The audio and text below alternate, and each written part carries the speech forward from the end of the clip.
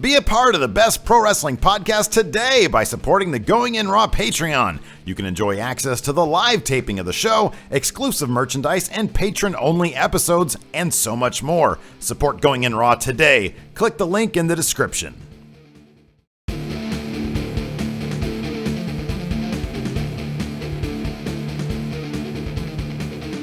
Hey, friendo, Steve here. And Larson. And welcome back to Going In Raw, the only pro wrestling podcast you need to be listening to right here at youtube.com/Steve and Larson. And we're also on the iTunes. We're back in the 150, Larson. We're on the top 150 of sports recreation.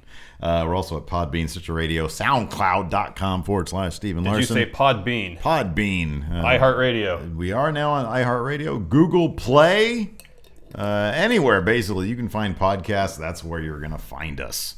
So yeah, we're also at the Patreon at patreon.com/Steve and Larson. I wrote out about, 30 to 50 postcards today. I did the addresses, so I'm going to go down to the good old post office and get some stamps for those so I can get those sons of bitches out. And the t-shirts are packaged up. I just got to label them and send those off to our lovely $50 patrons. You could send me we have a list of the addresses. I can print them off over the weekend and we can get them all done. Little late on stickers. For that now. No, I mean for the shirts, if you still need to address them, I can do labels. You know what, dude? I've got the stamps.com. Oh. If we ever sell out and do sponsorships like that, then I would actually stamps.com. Well, I don't know how many business owners we got in terms of our listeners. Yeah. But when I did the Friendo Workshop stuff and I was selling prints, and now that we got shirts, stamps.com, we're not sponsored at all. It's a great service. Okay. It is so fucking helpful and useful. All right. So it's really nice. Anyways. Okay. Free plug for stamps. I was trying to be helpful, but okay. If you got it under control, then so be it. Next time I'll have you write out the address because I don't do that for the postcards. The postcards I just do freehand. Yeah, I know. Yeah, I know you're the same way. Your handwriting is terrible. My handwriting is so bad. I basically have forgotten how to write. It's horrible, man. You're like whenever you go somewhere and you try to write, you have to, especially, and you're gonna know this. I know your oldest is starting the school thing now, but once they hit like elementary and then middle school, especially, oh my God, there's too many things to fill out. There's so much shit that you have to write. And like within a couple sentences, my hand starts to cramp up. It becomes a claw. I don't know what to do. I know. It's horrible. Can we just talk about this all day instead of having to talk about SmackDown? Yeah, SmackDown wasn't very good. I wasn't huge on SmackDown live TV last night, Larson. I wasn't either. And I thought maybe because I started it really late, I didn't start till 11. You know what we didn't do yesterday? Raw. I know. Someone mentioned that I didn't do Raw. I know. Well, with your new fancy laptop, we might have to start we got to load up some actual stingers. Maybe starting with the 100th episode, which is coming up in 2 weeks? Yeah, on the 20th. Something like that. So, okay, well, we'll talk about SmackDown. We'll talk about SmackDown because that's what we're here to do. We're here to talk about pro wrestling. For an hour, I'd rather talk about the last Battle of Atlanta. Can we do a react video to that? Sure. The last Battle of Atlanta? That was great. Anyways, it's just so much blood. So let's get through SmackDown. Let's get through SmackDown. We're going to answer a lot of questions. The show opened with no cold open, much to my disappointment, because that's right, usually the favorite part of the show for me. To make this entertaining, can I just do the entire SmackDown recap in Dusty Rhodes' voice? Whatever. And then AJ Styles came out and said, "Listen, baby, that's not how the show started. You're not going to win. I'm going to win. Put that trophy away, Dean Ambrose." That's how the show ended, not began. The show began with Daniel Bryan and the women's title. Look at all the women's title, and then he brought out Becky Lynch. Did a plug for Total Bellas. The crowd booed that, man. Ooh, man, I popped for that though. They did not like that. I am looking forward to Total Bellas. Yeah, it is going to be hilarious. It's going to be great. And I think honestly, we should the punishment for SmackDown being lame on any given week, or Raw for that matter, should be us just talking for an hour about Total Bellas. Yeah. Look, I know it's got Bellas in the name. And I know a lot of you out there in the comments are like, it's going to be stupid. John Cena, regardless of what you think of him as a wrestler, how he's been booked, his motions through the ring, he's a really good comedic actor. Yeah. And he is playing a John Cena character to Daniel Bryan's foil, or vice versa. Yeah. And that is going to be comedy gold. Yes. It's going to be great.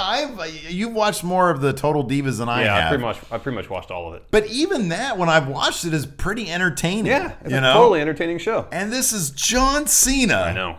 Laying down house rules to Daniel Bryan. I know, it's going to be great. The son of Mother Earth. Yeah. And John Cena, Mr. Rigid. Yeah. It's gonna be great. Like the smile fantastic. on your face. You're excited about this. Really I'm excited about this. I really am. I'm looking forward to it. So he plugged it and the crowd booed and I'm thinking, guys, this is entertainment. I know. This is gonna be entertaining. I know. Their problems are. I don't know either. But anyways, eventually all the participants in the women's six-pack challenge at Backlash came out. Yeah. And Becky Lynch gave a hell of a promo. Yeah, she did. I love Becky Lynch. I thought Natalia's promo was pretty good too. Yeah, me too. What did she say was that phrase she used? Oh, it was along the lines of stinking thinking. That kind of thing. Yeah. Like an old-timey phrase. I know somebody tweeted out, but I got too many at Real Going in Raw. You guys just blow me up every day. But everybody came out, and of course, by the end of the segment, they were fighting. Yeah, exactly, yeah. And then the faces stood tall. Right. And during that segment, Daniel announced a 6-woman tag match. Mm-hmm, that's right. Faces versus heels. That's right, yeah. And that was I'll put it this way. Well, I mean, we can just start there. We'll go all over the map. Yeah. That match, I like that they let it breathe. That is one thing that I actually really like about SmackDown. It's such an interesting dichotomy because yesterday I believe we had a question that basically the premise was SmackDown's women division is better because of this, and it's because of there's a wide variety of in their roster. They've dedicated substantial time to developing that division. Yeah, exactly, and you have very distinct personalities. And you got. Sorry, I didn't mean to interrupt you, but I thought that you have Becky Lynch, who's an established star, and you have Nikki Bella, who's an established star, and they're obviously going to be seen as serious contenders. But they've done a actually really good job of building up Carmella, Naomi, Alexa Bliss. So you go into this match, and I think we're all pretty much 99% sure Becky's going to win. Mm-hmm. But the possibility exists that anybody in this match could win. Okay. So what you said is exactly right. That's the biggest point to be made about SmackDown, which is why a case could be made why it's better. The problem with Raw is that there's too many people that need protection. Yeah. You can't job out Sasha Banks. You can't job out Bayley. You can't job out Charlotte. And you can't job out Nia Jax. I know. You can't job out any of these people. I know. Nikki Bella last night, like you said, very strong contender to win that title. Tapped out to Carmella in her submission move. That's ballsy. Yeah. That's really ballsy, And over on Raw, you've got largely a 4-person division, and none of those people can job to anybody. Raw is relying on the star power of their top performers to drive the division, whereas I think SmackDown realizes they don't have, with maybe the exception of Becky Lynch right now, a wrestler that can match that star power. Right. So they're trying to build the division as a whole to make the whole division strong. Yeah. Now, okay, are we gonna do a separate prediction video for we'll Backlash? put it on Dirt Sheet. Okay, well, you want to do Dirt Sheet or you want to do like its own video? Let's do it in Dirt Sheet. When we do it on video on Thursday. We'll see. We'll see. All right, we'll talk about it. Once I realized that, or once it was announced that American Alpha would not be in the running for the tag team title. Yeah. That's when I realized in my mind, I'm thinking Becky Lynch has a lock on this. Oh, yeah. Because I honestly thought it was going to be one or the other. I thought you couldn't have both faces, both face title wins. Oh, just based on the show. On Becky's reaction from the crowd every Tuesday night. Oh, I know, but they could easily do the kind of thing where somebody else wins and then the next 3 months is her journey and make it even bigger. But I thought for sure American Alpha was a lock for the tag titles because I thought that would be something that they can hang their head on. I thought that at first too, but I think we talked about it at one point when I saw the brackets and I saw there was American Alpha against the Usos, which I kind of thought might have been the finals. Mm-hmm. I thought, okay, something could happen here. Yeah. And someone mentioned on Twitter that we called the Usos heel turn. I vaguely remember it. No, we did. Okay. We said they're going to, but I figured it would happen at Backlash. And we said, okay, is there any chance the Usos turn heel on American Alpha and cost them the title? Yeah. And so Rhino and Slater walk out with the titles. Yeah, Backlash, yeah. And I thought that was a distinct possibility, but I thought that the storyline of American Alpha being the first SmackDown champions was probably bigger in creative's mind as the way to go. I like this. It makes it unpredictable. I mean, the Usos as heels could still win this. Jason Jordan could interfere and cost them the titles. There's any number of ways this can go. I think now is probably the time to strike to get Heath Slater because you accomplish two things. Like, you don't need those faces to, American Alpha and Becky Lynch, because I think there's some relation there in terms of, you don't want to be repetitive. The strong face to win the title. Then the strong face to win the title. Dean Ambrose probably going to go over. He'll retain somehow, He'll retain. So he's the face winning the title, even though, I know AJ is definitely doing heel things. He gets cheered so much. It's so difficult for him. So I think in terms of going back to the women's division, yes, I think it's wide open. Although I think Becky Lynch now, especially with American Alpha out, probably most likely to get that gold back, because Survivor Series is still a ways off. That's the next. They have one of their pay-per-view, and they have No Mercy also. Yeah. So I don't know. I'm thinking Becky Lynch, but we'll do that in our predictions video. Or on the dirt sheet, whichever way we decide to go. Yeah. Let's see here. What else after that segment, there was a bit with Ambrose backstage putting a bunch of sugar in someone's coffee. I mentioned this on our Machinima recap show, which, by the way, yesterday we talked about Paige. So if anybody wants to know our thoughts about Paige being perhaps having her job threatened by the WWE for dating Alberto Del Rio, you can watch that. We mentioned this on. I mentioned this on there. I mentioned it on today's recap show. That ever since Stone Cold, called out Dean Ambrose for sitting on his laurels. See, at the time, I didn't think Dean Ambrose was sitting on his laurels. I thought he was doing very good promo work. I thought he was pretty intense. His match with Dolph kind of cooled me on that. But I think ever since then, he's been sitting on his laurels, resting on his laurels. I don't know what. He's just kind of jokey. Like, he's what we hated about Roman Reigns. Just kind of jokey guy. Yeah, Dean Ambrose, I will say, delivers that better than Roman did. But I understand what you're saying. Yeah. And, his little bit with AJ at the end of the show had some fire to it. Because by the end, he can do that rapid fire dialogue thing and not stumble, and that's pretty impressive. Yeah. But, doing the sugar and the coffee thing, and then he comes out and he gives him a trophy. There's a part of me that likes it because it's that sort of not giving a shit arrogance type thing. Yeah. That I think he does. He pulls off pretty well. Yeah, he does. It'd just be nice to add a little more intensity. You've got AJ Styles in front of you. You've got AJ freaking Styles, the guy that beat Cena. Mm-hmm. And Ambrose's reaction to that is just kind of. Yeah, and AJ's promo last night at the end where he said, you're looking at me like I'm a joke. But I'm not a joke. I just beat Cena is completely valid. And this entire thing shouldn't be taken as a joke. This should be huge. And they're just not treating it that way. Yeah. AJ, number one, they were having him sort of be a bully backstage to a couple people. He broke a dude's phone. He said, I'm going to get you fired. Even though, he said, if I break these headphones, you're going to get, and blame it on you're going to get fired. The cameras are rolling. That didn't even make any sense. Yeah, it did. It's like even if backstage, even if what happens there is supposed to be considered what's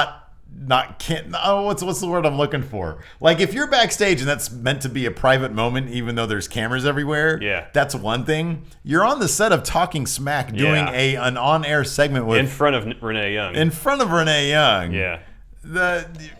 Everybody would see that you did that. He wouldn't get fired for that. I think he was just putting forth an example. I know. AJ as a bully it didn't strike me as legit. It really didn't. It's like when he's trying to pick on superstars and talking about beating up John Cena. That strikes me as legit. I get it. Yeah. Him picking on a fat guy.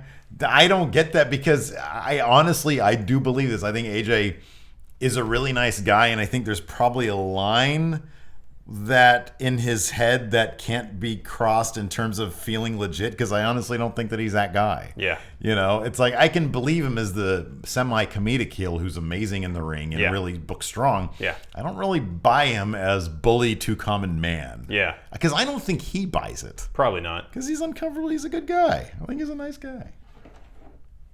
That could be. Anyways. Next. There was a segment backstage between Daniel Bryan and Shane. It seemed like Shane forgot all his lines. I love how you just phrased it because it's completely true. He was stumbling over everything, and Daniel Bryan just had to keep on picking up the pieces. I know. And even he didn't do that very well. No. And it seemed like Shane has been getting more comfortable being on camera. Yeah. And then, like, this week it was back Shane to the gave beginning. some sort of interview where he mentioned that he doesn't watch Raw. And I feel like he doesn't even watch SmackDown, and I feel like he barely even shows up at SmackDown anymore. Feels like Daniel Bryan's carrying all the weight, which is fine, whatever. People still like Shane. I get the feeling that maybe the weight of having to face off with Brock Lesnar at some time in the future. If you knew that 3 months from now you're going to be fighting Brock Lesnar, I'd be distracted too, wouldn't you be? It's like, oh yeah, that sounds like a great idea. I don't know. It doesn't sound like fun. I guess it'd be in the back of my mind, but I'd also know that I have 3 months still. So I guess it would be, like every day by a little bit, small fraction. More of my mental energy would be dedicated to worrying about that as opposed to doing the day-to-day stuff. To me, it would be like, I don't know, that might be crippling to my day-to-day activities. You think so? Well, it'd be like this. Like you hella killed somebody, but you had a good lawyer, and they got you like not probation, but what do you call bail? Yeah. And so but you knew like 3 months from now you're gonna be on trial for your life. Yeah. You know? Yeah. That's what it would be like to me. Okay. Because it'd be like, man, I hella killed this person. There's all sorts of evidence against me, but they got me bail somehow. But I know that once 3 months is up, I'm going to jail for the rest of my life. That's happening. You know? I'm not saying that I killed anybody. I'm just saying that could be my mindset. I think about that a lot because we watch a lot of Dateline. Oh, yeah. Did you see what was that one documentary I was telling you about? The Michael Peterson one? What was it The Staircase? No, I haven't seen that. I've heard that about Yeah. It's really good. I need to check that out. It's really flipping good. But his current state right now reminds me of that because he was in jail for or prison 8 years. Yeah. Then he got out on appeal. And I think to this day, he's still waiting for his retrial. And there's all sorts of waffling back and forth on the prosecution. That would be a nightmare. Yeah. You enjoy every day you have, but I like to know that a year from now, I'm totally fine. Yeah, I know. Yeah. So Shane McMahon, to bring that back around, Shane McMahon, I feel like he's probably thinking that, in about 3 months, I'm going to go on trial for my life. It's going to suck. Being in the ring, I think I actually had a Brock Lesnar dream the other night. Really? Where we were buddies, though. Okay, that's good. Then I had a match against him, but we were buddies. But still, I knew that being a friend of his is kind of like being a friend to a snake with that could really fuck you up. Oh, I thought he might have taken it easy on you. No, because it's Brock. I don't think he can take it easy. Okay. Well, since you're a friend with Randy him, Orton's probably a buddy of his. What do you got? Since you're friends with him, couldn't you dish it out too then? What am I going to dish out? Well, I didn't know. It's still me. Okay, I didn't know. It's not like some jacked up version of me. I didn't know if it was a Magnum TA version of Steve. No, man, it's just me. Okay. It's just I'm going to get in there with some trunks in front of 16,000 people. Bad. No one wants to see that. That's a terrible card. Terrible. You're what an awful draw. You're like Tommy Rich or Buzz Sawyer. I would do so well in 1983. I don't think you're willing to bleed that much in front of people. You're probably right. And that was kind of a necessity for that job. Oh, it was, yeah. You kept it real. While Daniel Bryan and Shane were talking, The Miz comes in. And, didn't Daniel Bryan say just last week that he and The Miz weren't allowed to work together anymore? They're not supposed to be working together anymore. And they were working together. There you go. Miz was getting in his face saying, you know that I'm right. You know that I was right, blah, blah, blah. Now you got me going out there fighting against the Dolph Ziggler, Dog Ziggler. What the heck, man? Which led to The Miz taking on Apollo Crews. Yeah. Apollo Crews ended up losing. Did they reference, I sort of was half paying attention. Did they reference at all the Apollo Creed mishap thing again? Are they making that officially his angle now? I didn't notice. Okay, I didn't notice either. I was trying to work while watching SmackDown. Yeah. Dolph was on commentary. Miz went over thanks to some shenanigans with Dolph. Cruz was getting distracted or whatever by Dolph. Anyways, it ended up with Dolph taking the Intercontinental belt, putting it in the ring in front of him and saying, Miz, come get it. Yeah. And Miz, very smartly, sent his lovely wife, Maurice, in there. She put around her title. She looked good with that Intercontinental belt, didn't she? Good on her shoulder, yeah. Looked good. I like that. Anyways, they get her back in the women's division. Yeah. She's a 2-time champion. She is. Yeah. We already talked about the AJ Styles Renee Young segment on the Talking Smack set. There was a American Alpha video package. I didn't watch that. Again, I didn't feel like I needed to. Again, I was trying to work while watching SmackDown. So I watched some of the them finer during details I NXT. might have missed. I watched them a lot during NXT. I loved them in NXT. Yeah. I wish that they would. Honestly, dude, I'm usually not huge on backstage segments. One backstage segment a week for them would do wonders just to show us who they are. You know what their story should be? Like they know they're hot shit. Yeah. But no one's taking them seriously. I think the Usos kind of touched on that briefly a little bit. Maybe that's why I thought about it. Yeah. And they feel like, but at the same time though, since they were drafted so high, they have to prove themselves. Well, I feel like that should be, and honestly, it could work either way. Because I've said, I think I tweeted this out from @RealGoingInRaw when I'm live tweeting Raw and SmackDown Live. That to me at this point right now in a vacuum, as you like to say, American Alpha is the Apollo Crews of the tag division. Because if you didn't know about their shit in NXT, what do we have to work with? Yeah. Nothing. It's just, but the difference is, of course, in my mind, I've seen them in NXT. Yeah. I know their story. Yes. I know them coming up. Yes. I don't know dick about Apollo Crews because he was in NXT for all of 2 seconds before they brought him up to main with no real character to build on. Yeah. So. I thought that. Oh, it is flickering. Is somebody getting electrocuted? That's usually what happens. I think that means the light bulb's about to go out. Oh. Well, that's like an LED. That's supposed to, or it's loose. Maybe it's loose. Could be. I don't know. Could be. Spectres here. That's just our backlighting, no matter. Anyways. After that was an interview with the Usos before they, spoiler alert, turned heel. Yeah. But then they turned heel. Yeah, later on. We had American Alpha. Well, we'll just talk about that. Yeah, we'll talk about it now. We had American Alpha versus the Usos, and it was a very quick match. Yeah. Yeah. I kind of wish they had booked American Alpha like that, like from the get-go. Yeah, that'd be kind of cool. Yeah. It was neat. That I think that would be kind of even cooler than, the whole people don't, take it seriously thing. Is if, how and this is especially true in baseball. It's usually the only time I ever pay attention is when, it doesn't happen very often, but some new pitcher shows up who all of a sudden nobody can figure out. Yeah, well, no, it's like they're not used to his stuff. Right. And so he dominates for a few starts, maybe in a whole season. For a season, but then everybody figures him out. And then there's enough scouting reports and everybody learns what he does and what he doesn't do, and they adjust. That would be really interesting to translate that to the tag division, to American Alpha. Well, that's the thing. It's like no one takes it seriously. Okay, we'll go out and show them what we got. Yeah. But imagine if they came out and they were winning matches in like 2 minutes flat, and nobody could figure them out. And then it's just a matter of figuring them out. Yeah. That'd be an interesting story. Yeah, it would be. Instead, we got this match. They beat the Usos really, really quickly.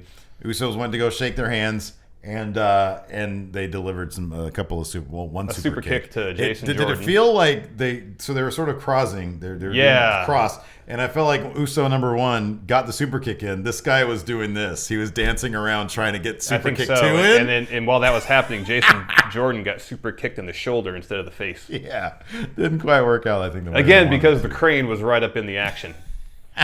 Yeah. So, anyways, then it was the Usos really worked over American Alpha. They worked over Gable's knee. Yeah. And it was announced later on by Shane that American Alpha is now out of the tournament because of that injury. He's going to be out 3 weeks. And so the Usos move on. No, what's going to happen? They're going to have a match now? Between the Usos and the Hype Bro. Okay. Because they were the last 2 teams. Okay. All right. Or of the 4 teams. Right. The final 4, those are the only 2 remaining. So they're going to have a match, I think, during Backlash. Mm-hmm. Winner of that will face Slater and Rhino. Because Slater and Rhino moved on to the finals. Beating the Hype Bro. Because they beat the Hype Bro. Yeah. Yeah. Exactly. Zack Ryder's got it hard these days, man. He's carrying it all himself. I know. You know what sucks is that there's a part of me that regrets starting this whole Mojo Rawley as imaginary friend or Tyler Durden character. Why? Because there's so much fun stuff to talk about with Mojo Rawley that now I can't because he doesn't exist. So let's talk about Bray Wyatt. Yeah, let's talk about Bray Wyatt. Can I confess something to you? I did not watch his promo.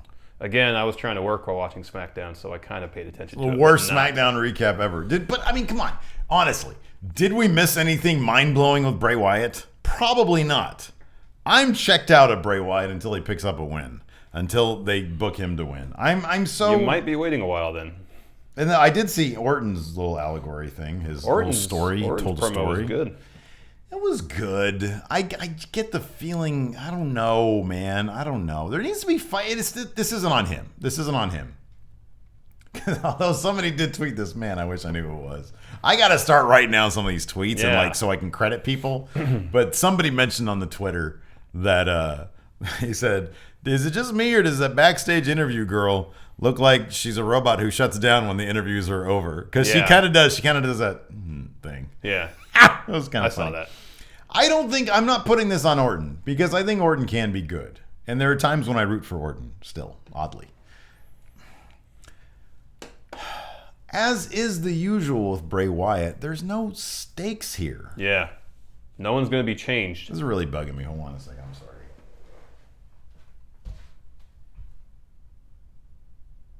There. Space on my side. Much better. All right. Can we talk about Bray Wyatt again? We'll just start from there. All right. Can we talk about Bray Wyatt, please? I guess if we have to. Confession time for me. I didn't actually watch his promo. I watched Randy Orton's promo. I did watch both promos, but I was kind of working while doing so. I liked Orton's little allegory Orton's story I thought thing. was really good. Yeah, it was cool. He's got sort of the weight behind him. My problem with this, dude, is that it's the same thing with, I mean, look, we both know our problem with this is that we know what's going to happen. Bray Wyatt's going to lose. Yeah. And he shouldn't be losing right now. He should be like reaching the peak of his career. He should be like at the very, very beginning of a good 3 to 5 year peak of his career. Yeah. But he's nowhere near. I mean, they're not doing what they need to be doing with him. No. We know that. Yes. We've talked about that endlessly. Many times. Again, my problem with this though is that there's no stakes. He talks about God versus man, which in the abstract, which was cool 3 years ago when Bray was first doing that. Yeah. When he did it with Cena, it was mildly interesting. When he actually adopted Daniel Bryan and made him join the Wyatt family, it was really cool. Yeah. And it had a really great payoff. Yeah. There needs to be stakes involved, and there just isn't. You've got SmackDown as this great little show that you can do so much with, and they're not. Well, I think they tend to go with comedy as opposed to gravitas. Yeah, that's dude, you said it exactly right. That's the thing that SmackDown really lacks is gravitas. But when they did when the Usos turned heel, it was like, oh wow, okay, here's a dramatic turn. That was cool. It was a dramatic turn, exactly. It wasn't comedy. I mean, look, I get a kick out of seeing Heath Slater's 13 kids that are front row. You know, that was a cute extension of his story, and I like that they're giving him time, and I think he fits in really well on SmackDown Live, which tends to be a goofier show. But at the same time, dude, you know, you got 2 hours. I need some drama. Yeah. It can't all be goofy. No. You know? It's like, look at ECW back in the day when it was at its best. You had moments of comedy, but then you had a lot of really intriguing drama there. Yeah. You know? Yeah. And it's like, that's what you should aim for without the lots of blood and chair shots to the head. That's what you should be aiming for. Yes. Yeah. Yes. So, I don't know. I mean, I liked Orton's bit.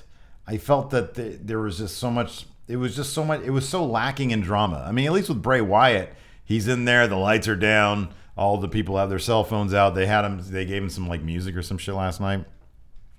They give Bray Wyatt some theatrics. They give him atmosphere. They give him atmosphere in spades. A lot of that. Randy Orton was just backstage. I thought Orton's promo would have been more effective if he had done it in the ring. Me too. Have him take it like this is writing 101. Have him take on some characteristics of his opponent, and then you have a connection between the two. Yeah. You know what I mean? Then you have a relationship between the two. Yeah. And there's none of that. It's Randy Orton happens to be walking backstage, and robot interviewer number 1 asks him a question, and then he just goes on this long thing, and it was well delivered. It was okay. Yeah. But many simple things they could have done to make it better. What if they had done what they did with Seth Rollins when he came back, which was the soliloquy in the empty arena? I love that. You know, it's different. And that's what we've praised SmackDown Live for being since the brand split, is willing to take risks, willing to be different. Yes. And they haven't done that in this feud that really could be. This is Randy Orton and Bray Wyatt, dude. This is like one of those build-ups to a WrestleMania thing. You know, you can see those two at WrestleMania fighting each other. Yep. And they're treating it like it's Apollo Crews versus Callisto, you know, or something like that. There's not a lot going on. Speaking of, did we see Baron Corbin last night? No. No Baron Corbin. No Corbin. Did we talk about the? We mentioned that there was without no Cena and no Baron Corbin, without its two biggest stars. Without one of their more important stars, yeah. If Cena's working dark matches, I mean, I get the whole concept of him leaving, getting beaten, and leaving.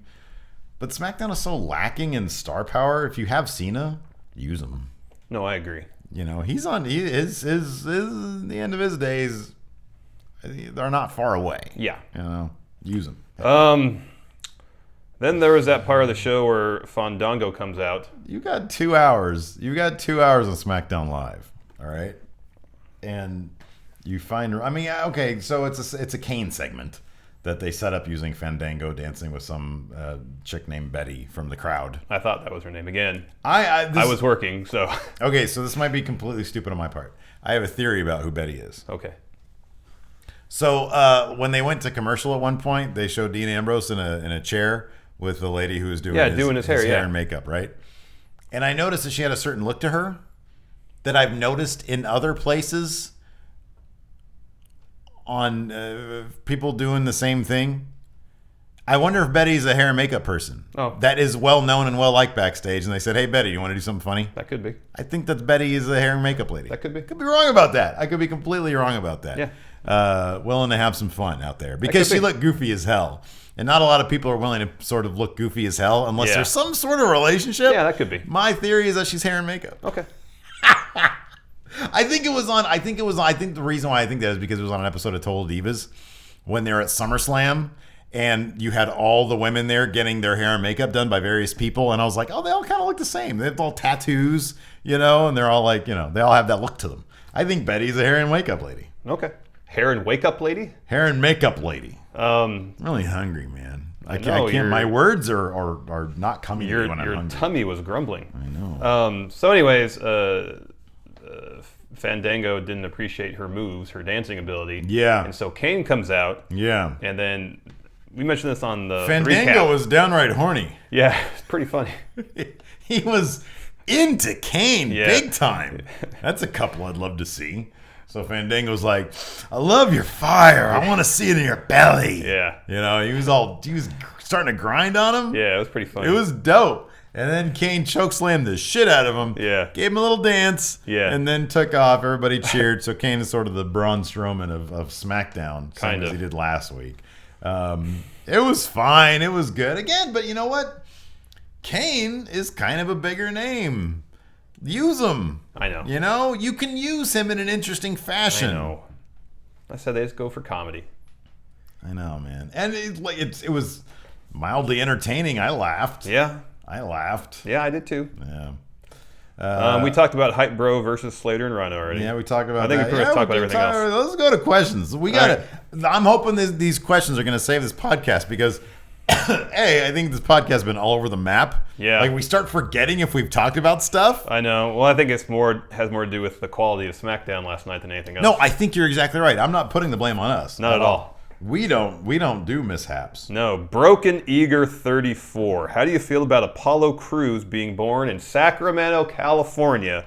Does this put him closer to being the official wrestler of Going In Raw? No, I didn't know that though, but that doesn't put him any closer. Do you know who else was born in Sacramento? Gulston. No, wrestlers. Oh, I thought you were the dude who introduces Dateline. What's his name? He's the Lester Holt. lead anchor of NBC. Lester Holt. Nightly News. Yeah, Lester Holt. Yeah. Rancho. Vic Grimes, born in Sacramento. No shit. Yep. He seemed like a Sacramento guy. I did, Apollo Crews seems too good to be I Sacramento. did a Google search.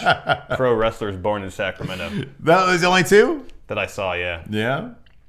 Apollo Crews, I kind of refuse to believe. Where in Sacramento was he born? I don't know. Do we know? No. Apollo Crews. He's too fit. Vic Grimes, I can see. All he did was like, he was a dude who was like too scared to jump off that scaffold. And New Jack had to throw him off. Yeah. That's a very Sacramento thing, is being too scared to jump off something and being out of shape. That's a very Sacramento thing. Apollo Crews is too fit. He's too good looking. I think being scared to jump off something onto a bunch of tables is it's a very Sacramento thing. It's more of a human nature thing. It's so Sacramento. Because I wouldn't want to do it. Early life. Born in Sacramento, he was raised in Atlanta. Okay, so they got out of Dodge pretty quick. He's too good looking for Sacramento. He's too well put together for Sacramento. I love Sacramento. I love all you people. I was in LA for 10 years and I missed the hell out of Sacramento, so I moved back. Yeah. Anyways, continue. Carlos Hackworth. SmackDown Live wasn't bad. What? What are you watching, Carlos? What are your predictions for Backlash and any shocking moments that could happen? Probably not. Shocking? No. No. What would be shocking? I think AJ winning the belt would be kind of shocking because I just wouldn't expect it. Yeah. But it's completely plausible. Yeah.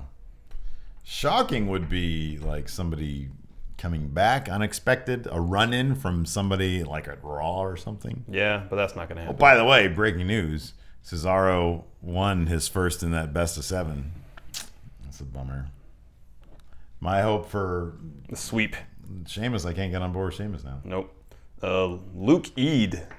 If WWE, I love Luke. He's got that long mane of hair. If WWE could bring in one superstar or tag team from outside the company, who and why? One superstar or tag from outside the company, who and why? Jay Lethal. That's your go-to answer, man.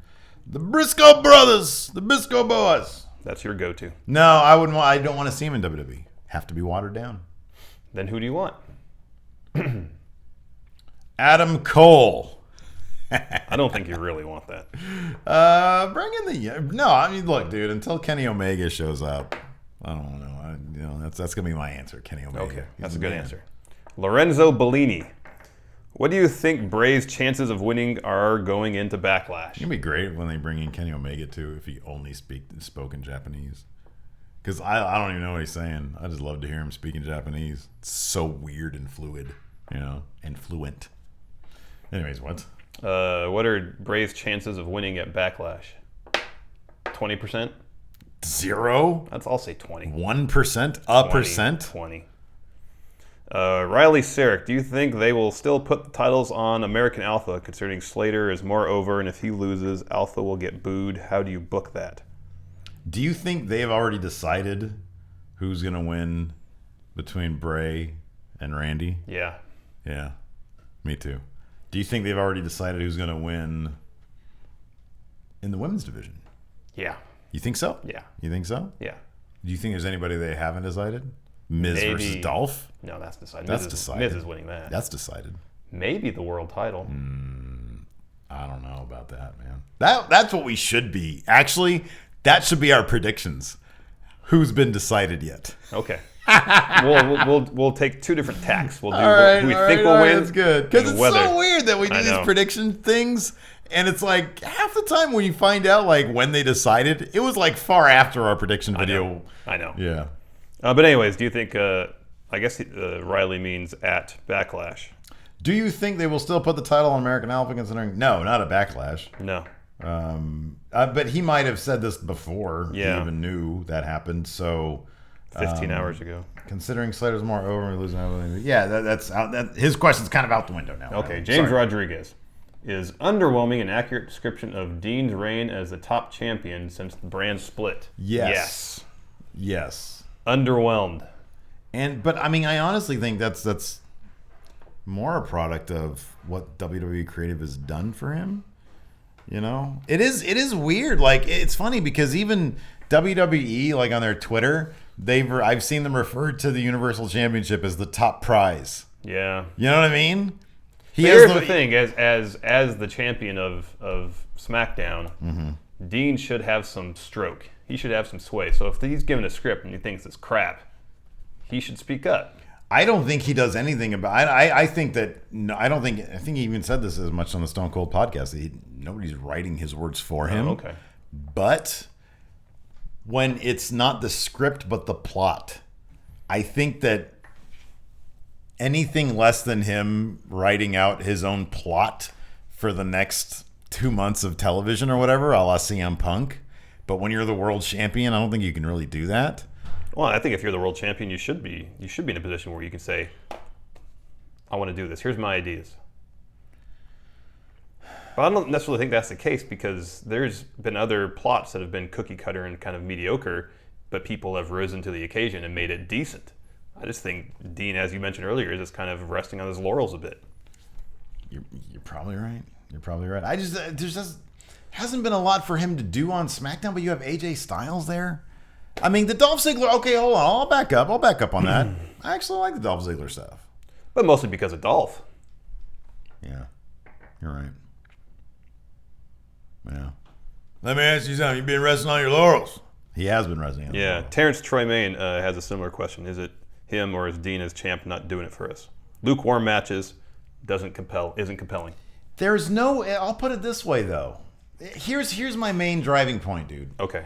There's not a lot of excitement in the main event scene. SmackDown. We've praised SmackDown primarily what? Why? For being unpredictable and goofy. Can you have a main event scene on a show that's primarily known for being kind of goofy and weird that draws you in terms of, like you said earlier, gravitas? You know, I would like to think so. I would hope that SmackDown wouldn't strictly pigeonhole themselves as the comedy show of the two.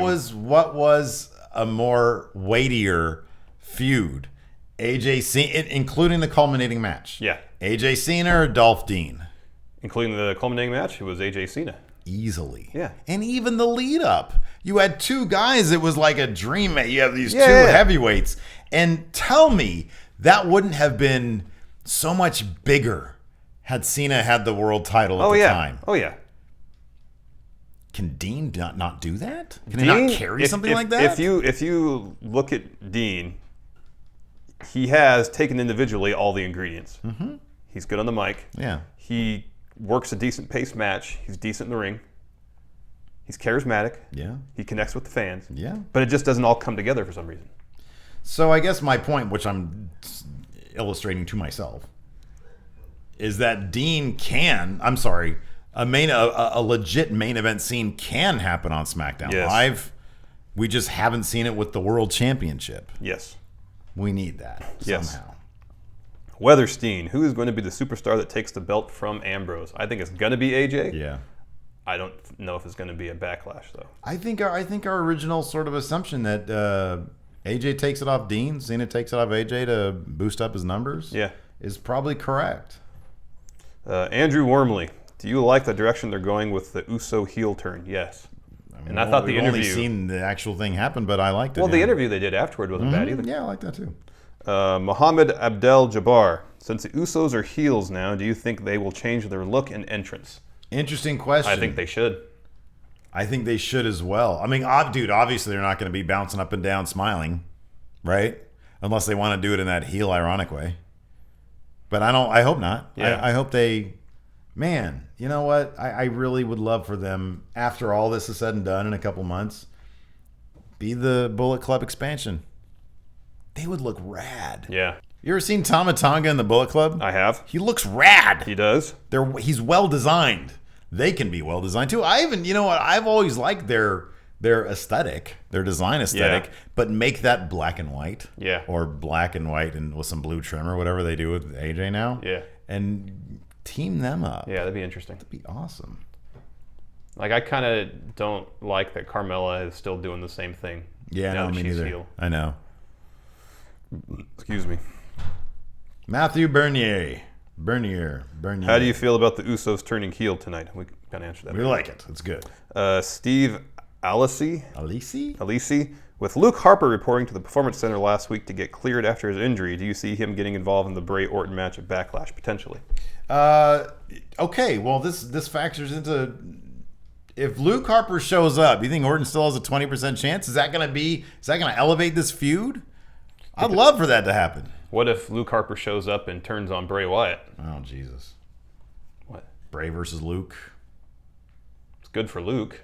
It's really good for Luke. Although Bray can't be losing to Luke Harper. Move on. Next question. 25-time European champion. No. He's 13 still. Now that the Usos finally turned heel after months of being booed, you see them replacing American Alpha at Backlash and winning the tag straps. So, prediction. Is it the Usos or the Hype Bros? Hype Bro facing Slater and Rhino. Well, it's definitely the Usos. Yeah. No. I think it's Hype Bro? No, it's the Usos. Shit, I don't know. We'll talk about it on predictions episode. Patrick Sparks. Pat here. With Gable out of Backlash with an MCL injury, according to Talking Smack, what percentage do you give Slater, Rhino, and the Usos to win the tournament? See, everybody's assuming the Usos are going to beat the Hype Bro because it's a 2-on-1 match. They should win. They should. They really should. He also has a video question later. He does. Yeah, okay, good. We'll talk about it in our predictions episode. Yeah. Bronnier, Solano, Cubero. When WWE did the draft, he thought it would be a good idea to just keep all the tag teams on one brand and the women on the other brand. So far, I think I was right concerning the lack of talent in both departments. So do you guys think that there would have been a good idea or better to go 50-50 how they are right now? No, I think if you're your own show, you need a women's division and a tag division.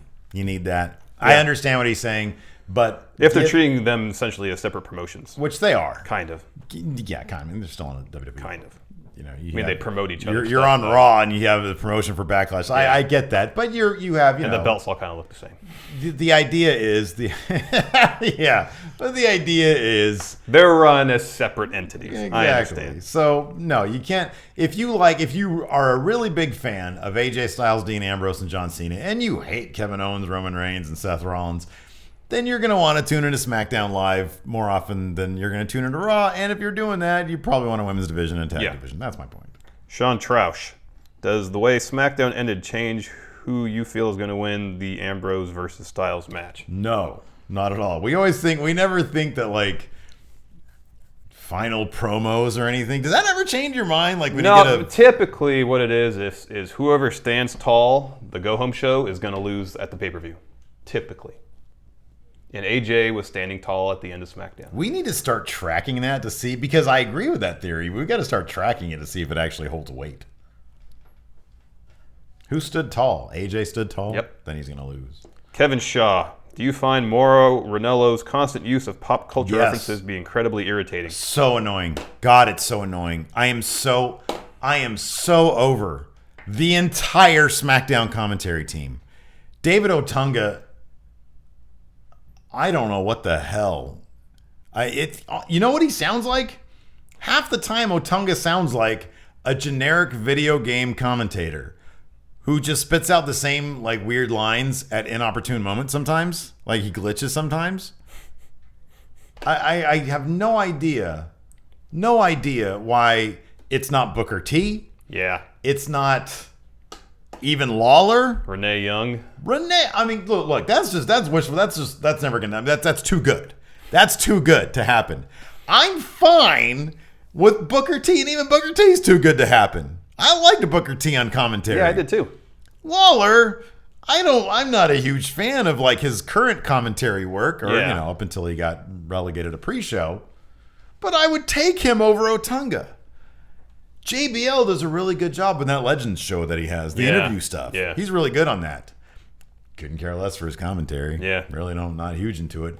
And I swear to God, every time Mauro Ranello spits out another stupid ass pop culture reference, it's like, dude, you have the voice, you have the cadence, you have the intelligence, you have the moves, the vocabulary. Yeah. You have all that stuff. I don't feel like he does it quite as much during the Cruiserweight Classic.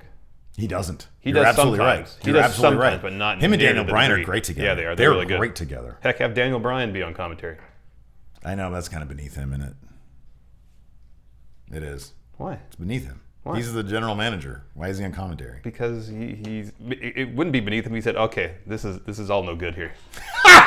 Yes, you're right. You're right. That is the one case. Yeah, if he said, if he comes out, none of this is good. You get out of here. Mauro, you stay, but we're going to ease up on the pot. And the thing is this. I firmly believe it's not Mauro doing that. Oh, yeah. I mean, I'm sure he's getting directives from someone. He's being told to do that. I think I read that somewhere months ago that they want in every show at least one current pop culture reference. I don't know why. I think that's stupid. Bro, it sells the show. Bro, it's going to win the war. What? Where are you coming from? While we're talking about commentators. Russo, get out of here. What are you doing? Get out of here. While we're talking about commentators, James Certain, do you guys think WWE has had a worse commentator than David Otunga? Boy, I don't know. I mean, my initial thought is no. Who sucks worse than Otunga? Or who has sucked worse than Otunga in all of commentary? The only name that pops in my head is Vince. He wasn't good. He was not good on commentary. He wasn't good at all, dude. He was actually pretty bad. He was so cartoonishly bad. You missed a question there. No, because okay. that one was salient to what we were talking about. Good. Chandler 3 Productions. If you guys had booked SmackDown, would you have had the Heath Slater family segment and the 6-woman tag match slow down the show? The 6-woman tag match, no matter what, should have stayed. Oh yeah, for sure. Because they're trying to tell a story there. Yeah, absolutely. They're treating. They treat the women's division really, really well. They do. I like that. Yes. Yeah. Michael Barnes. Is Bray Wyatt the single least threatening heel in the history of WWE now? Does he have any sort of chance up against Orton? Nobody acts afraid of Bray Wyatt anymore. I know. What did Bray do before Orton? He was sort of mildly involved in Dean Dolph, kind of, but not really. Yeah. Before that, the brand split hadn't happened yet. What was he doing before that? I don't remember. He was with the family. Yeah. Oh, it was him versus the New Day. Xavier Woods was literally afraid of him, and it was awesome, Larson. It was great. It was really, really gave good. Us hope. We were so excited about that. We were so into that feud. And then the brand split happened, and that petered out. I love when I realize that. Oh, man. I know. It just bums you out to remember that, huh? I know. That could have been a great 3 to 6 month program. It could have been so meaty. It could have been so good. And what do we have instead? We have Bray Wyatt and Orton, no family to be found. And on the other side of things, what do we have? The old day and the club. Man. Boy, oh boy. Keep the Wyatts over there on Raw. Continue their feud with the New Day. Have the club join AJ over on SmackDown and have them lead that division, man. Heated pillow. Did WWE book themselves into a corner with Randy and Bray? Bray lost a lot of pay-per-view matches this year, and Randy got TKO'd by Brock. Losing at the pay-per-view would be bad for both of them at this point, especially for Bray. Dusty finish imminent. Listen, baby. Listen up. This is how it's going to go down. Luke Harper, he's a big man. Yeah, he's Luke big Harper dude. will... He's going to come in. He's going to... get involved. He can get involved. We got a dusty finish on the way, baby. Everybody's shoulders, all 6 shoulders are going to be on the floor somehow because you're going to have 2 RKOs out of nowhere at the same time. You're going to get a Sis Abigail. I love that finish, baby. And by the way, Cody, you can't use your name on TV. You can't use it, baby. That's my name, and I belong to the WWE, baby.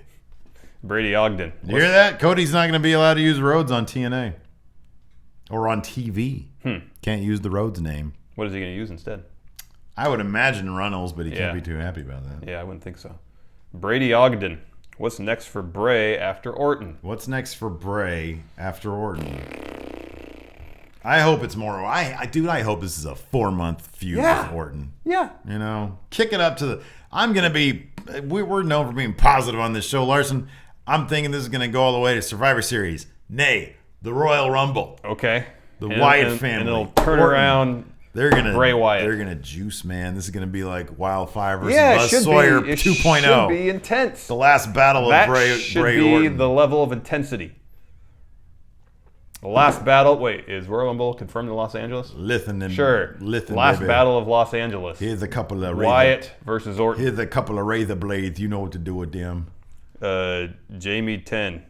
Who do you feel will end up winning the women's 6-pack challenge, and what is the first feud you would book? Your forehead looks too smooth. You need some bumps. We kind of talked about that. We both feel Becky will win.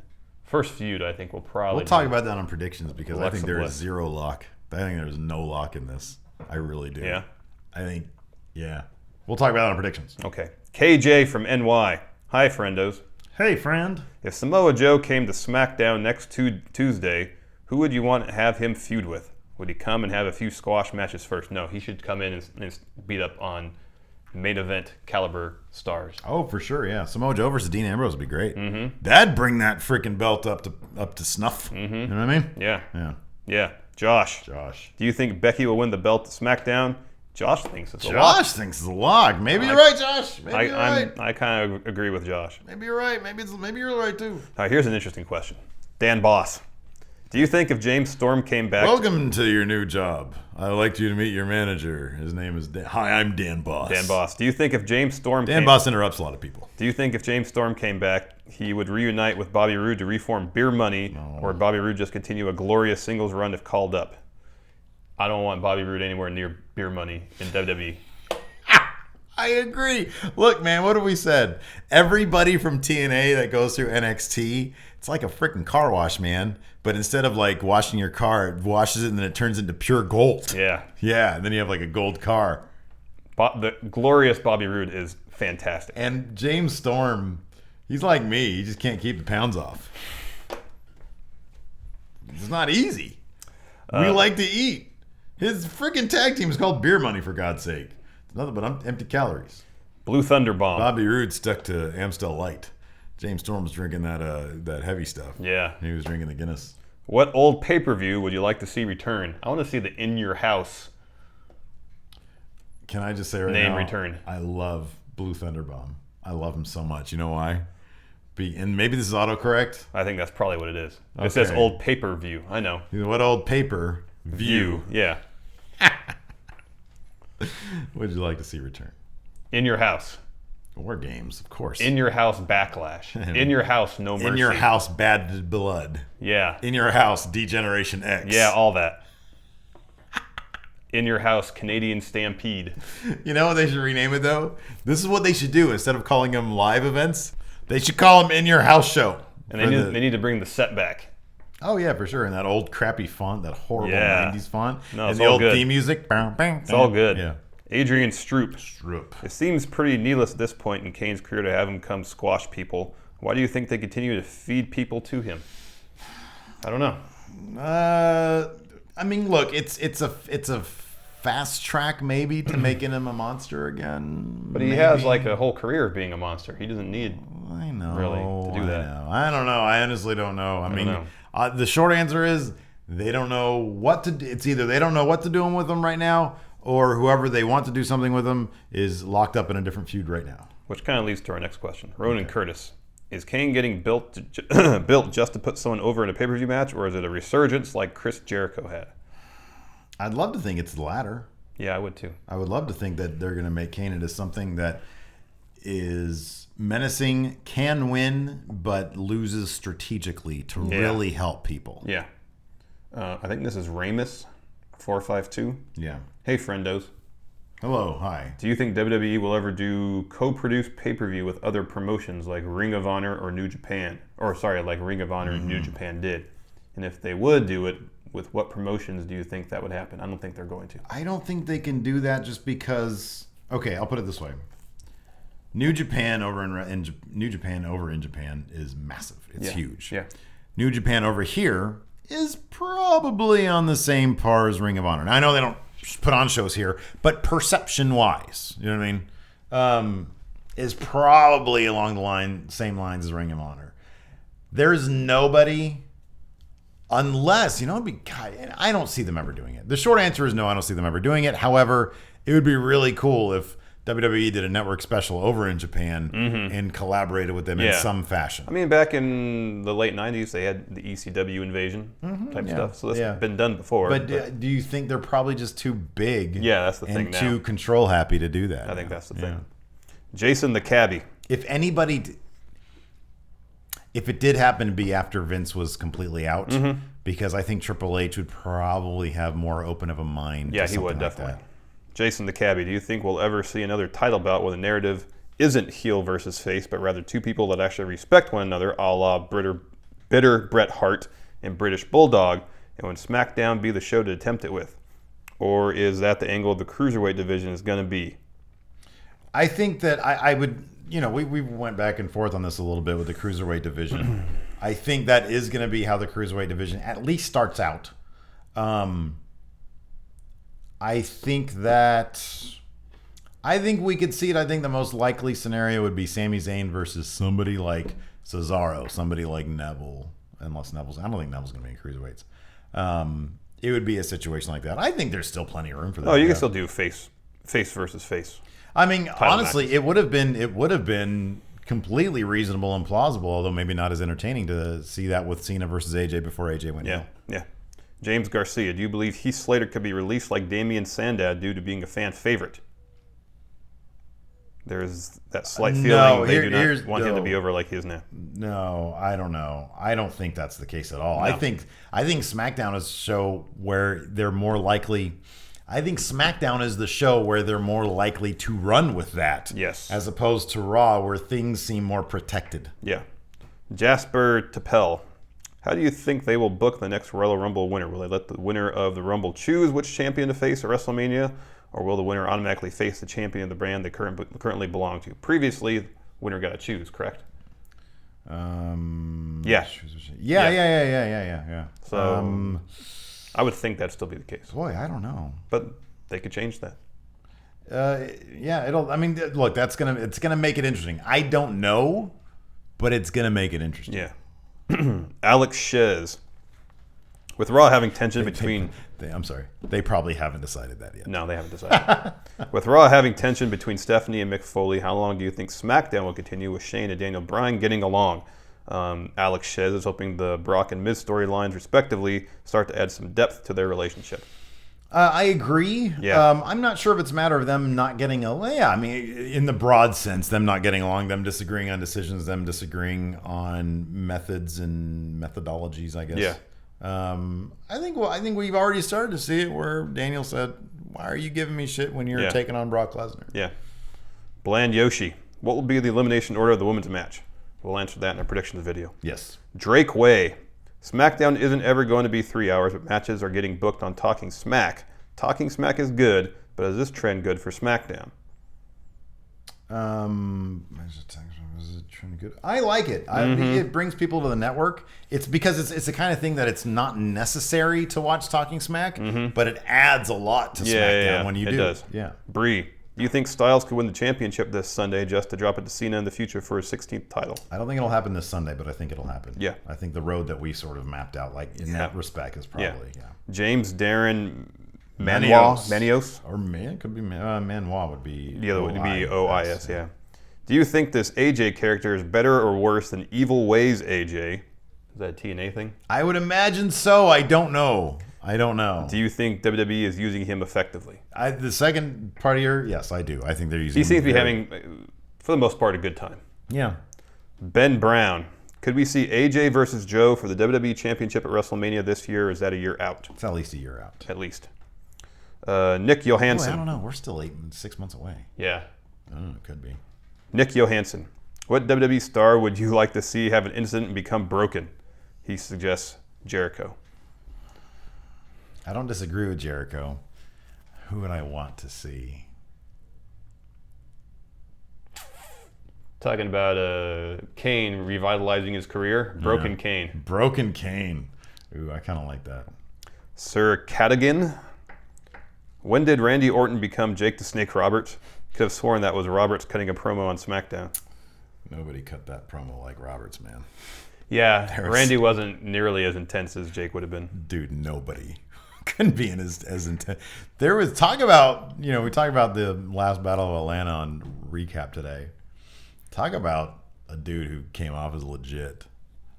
Everything out of his mouth when it was so dark. I know. It was like, that's coming from a real place. Yeah. Hunter Copeland, do you guys want Cody Rhodes to come back and contend for the WWE title as much as he does? No, but I like Cody. Yeah. I like Cody. I think Cody was the kind of thing where I would have believed it when it happened, but I needed to see it to believe it. Yeah. Put it that way. Anthony Matude, how would you book Kurt Hawkins' return?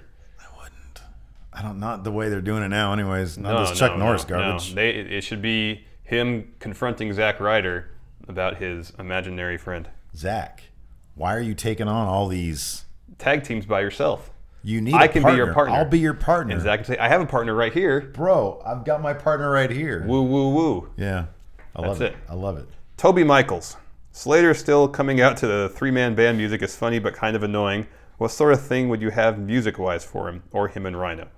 I mean, something like Deliverance, but with like a faster, like a beat. Okay. Yeah. Okay. TRZ Raven. I just watched the last podcast and have a question. How long before we see Broken Stardust? Oh, that's right. That'd be Cody's good. going down. Okay, there you go. That would be good. That's what I want to see. Ronan Cahill. With Miz probably doing his best work ever recently, where do you see him going following his feud with Dolph? I don't know. There's not a whole lot of genuine contenders for that IC belt. There just isn't. I'm trying to. Well, no, they're two big heels. I mean, Miz is a true heel. Say what you want about him. He's a true heel. Because, like I say, AJ, that's a step down. You need a threat of a face, because Dolph is like that only sort of strong mid card face. Yeah, that SmackDown has. I don't know. Because like Kalisto's too small, too far down. Yeah, Baron Corbin's too much of a pure heel. I don't know. I don't know either. Paul Crew has been there, done that. Not strong. Miz is kind of the only wrestler right now in the upper mid card on SmackDown. I know. Everybody else is main event level or mid card or lower card. I know. Uniblaster is for real. Take one tag team from each era, put them against each other for a title. What is the title called and who wins? One tag team from each era. Okay. So we'll each Hollywood Blondes. Steve Austin and Brian Pillman. Yeah. Against, so that's what, the mid 90s ish. Yeah. Against. Oh, you didn't know? Okay. No, that's the same era though, roughly. No. It's mid-90s. Attitude era. Come on. All right, I mean, fine. yeah, they're within 5 years of each other, but I mean, there might be within 3 years of each other. But yeah. there's a line of demarcation. Fine. there. New Age Outlaws. Okay. And then what now? What are we doing? For a title. What is the title called? Best tag team title. Kingsley, with his new aggressive Bo Dallas, what are your thoughts on there being a Bray Wyatt encounter down the line?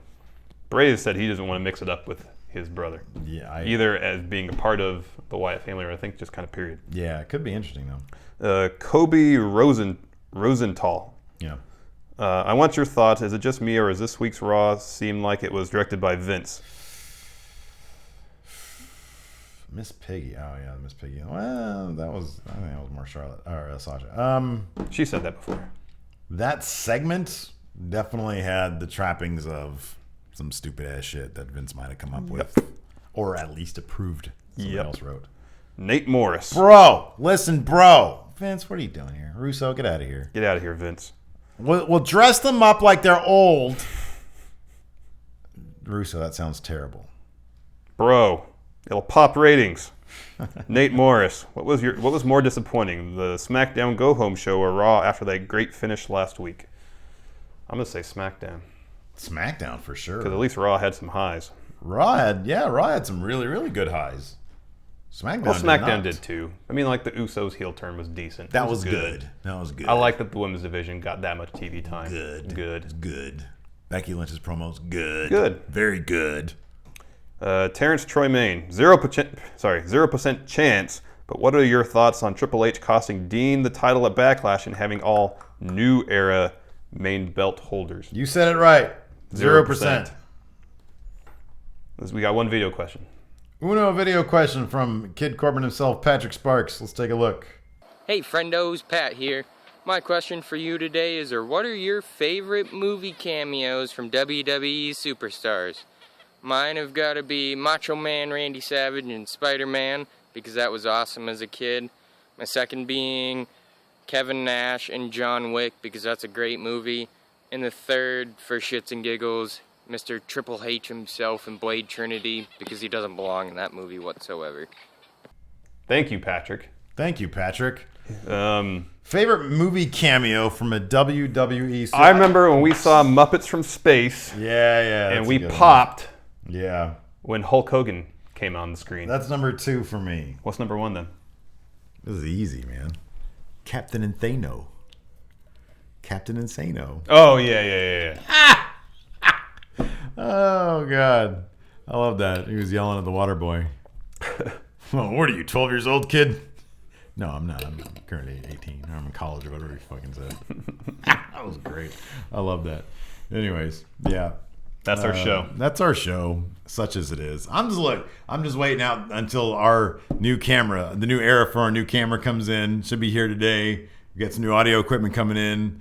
We're solidifying our show, our format, our channel, programming. More streamlined. See, what can we do with the SmackDown Live episode that we were given? We can't do a lot with it. It's not like we can really rail against it because it was just there. There was nothing exceedingly bad about it. The Usos turn heel, which was good. It wasn't exciting. There's nothing exciting about it. I was more excited over that bloodbath we saw in Atlanta, the last Battle of Atlanta. I was more excited about Daniel Bryan mentioning Total Bellas. Listen, it's not always going to be gold here on Going in Raw, but we give you our best. We really do. We really try. Yeah, we try. I thought yesterday was a really good show. It was. Yeah. So well done on that. Do we even know how long was this episode today? Do we know? It was over an hour. Really? Yeah. All right. Well, let's go get some work done. Yeah, we got some food in our bellies. We got a lot to do in the next 2 hours. I know, exactly. Anyways, thanks for watching. Thanks for everybody out there, and we'll talk to you guys later. Goodbye.